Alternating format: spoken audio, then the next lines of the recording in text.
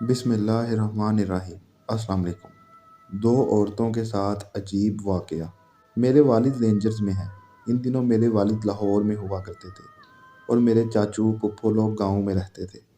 हम वैसे चनियोट के पास ही एक गांव के रहने वाले हैं, लेकिन मेरे अब्बू रेंजर्स में थे और जगह जगह पोस्टिंग की वजह से बस अम्मी ही साथ रहती थी।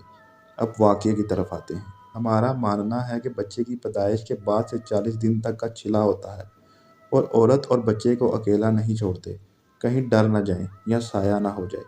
इस वक्त भी कुछ ऐसा ही हुआ। मेरी पैदाइश के बाद अम्मी के पास उनकी एक सहेली थी बस, जो कि हमसाई भी थी, और अब्बू गांव गए हुए थे कि फुप्पो को साथ ला सके। उधर उनको रात रहना पड़ा और इधर आधी रात को मेरी अम्मी और उन आंटी को आवाज़ें आना शुरू हो गईं। कोई औरत थी जो घर में दाखिल तो नहीं हुई थी, पर ऊंची ऊंची आवाज़ें देकर दरवाज़ा खोलने का कह रही थी। कभी किसी गली की औरत की आवाज़ आती तो कभी मेरी किसी फूफो की कि हम आ गए हैं, दरवाज़ा खोलो, बच्चे को देखना है। इन सब आवाज़ों से मेरी अम्मी और आंटी दोनों बहुत खौफज़दा हो गई। मेरी आंटी ने फ़ौरन कुरान पाक की आवाज़ें बुलंद तिलावत शुरू कर दी। अब जब इन्होंने दरवाज़ा नहीं खोला तो वो गुस्से में आ गई और धमकियाँ देने लगी कि वो इनका बुरा हशर करेगी, और साथ ही इसने दरवाजे पे बड़े बड़े पत्थर फेंकना शुरू कर दिए। इनकी हालत बहुत बुरी हो रही थी।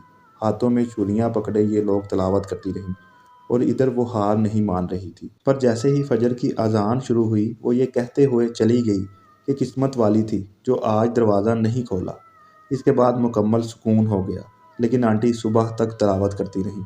सुबह जब घर के बाहर देखा तो एक भी पत्थर नहीं था। ये एक सच्चा वाक़या है जो मेरी अम्मी के साथ पेश आया।